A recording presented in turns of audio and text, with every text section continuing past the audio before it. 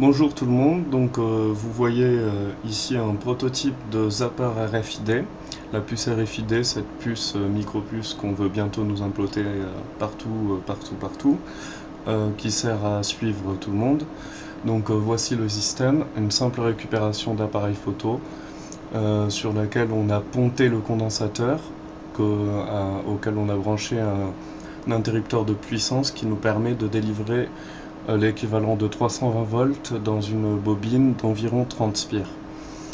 Cela permet d'induire cette charge dans la bobine de la RFID que vous voyez ici, qui est constituée d'une micropuce extrêmement petite, donc très sensible aux fortes charges. L'induction de ces 320 volts va provoquer un court-circuit dans la RFID et ainsi faire fondre les métals conducteurs qui sont dans la puce. Donc nous allons mettre le système en œuvre qui est à présent chargé comme on le voit grâce à la LED. Et en activant, on s'aperçoit qu'il y a effectivement une étincelle qui prouve que le court-circuit a bel et bien eu lieu. Donc la RFID est à présent inutilisable. La preuve, si on re-induit ces 320 volts après chargement, il ne se passe plus rien.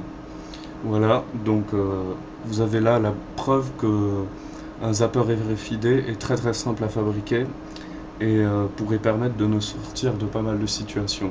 Bien sûr, ce matériel n'est pas utilisé à mauvais escient. Je me permets aussi de rajouter qu'il faut faire extrêmement attention avec ce matériel car 320 volts est une très forte charge et elle peut paralyser ou tuer dans le pire des cas. Faites très attention quand vous fabriquez ça et référez-vous à des gens qui l'ont fabriqué. Il y a énormément de vidéos sur internet. Je me permets de ne pas prendre le temps de détailler la fabrication.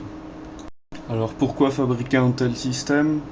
Je pense qu'il est très important de regarder la réalité en face et de voir à quel point la technologie prend le dessus sur l'humain, surtout en ce moment.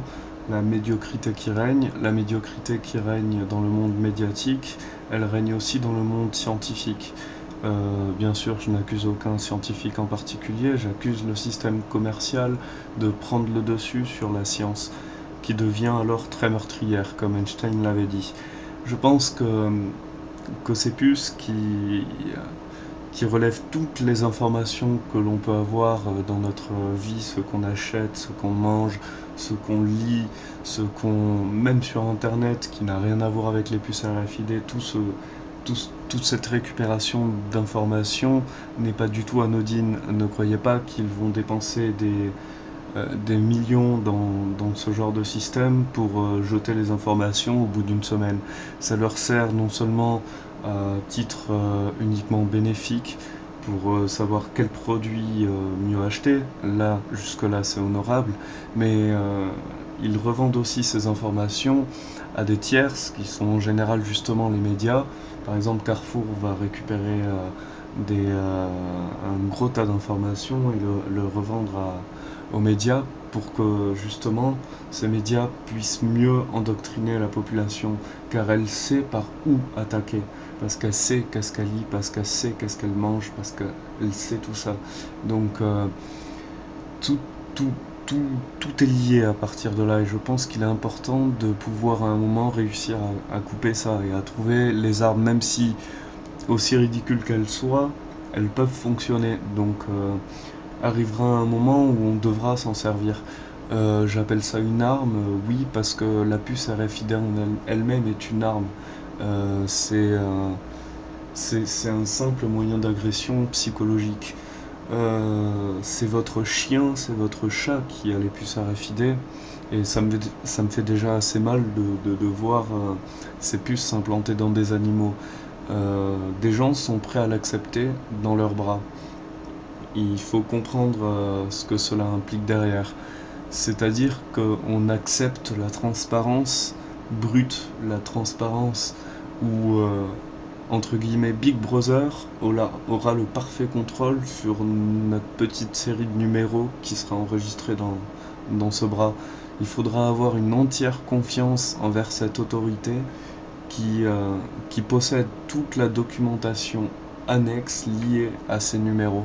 Cette petite série de numéros qui peut nous faire plonger, mais dans un chaos assez total.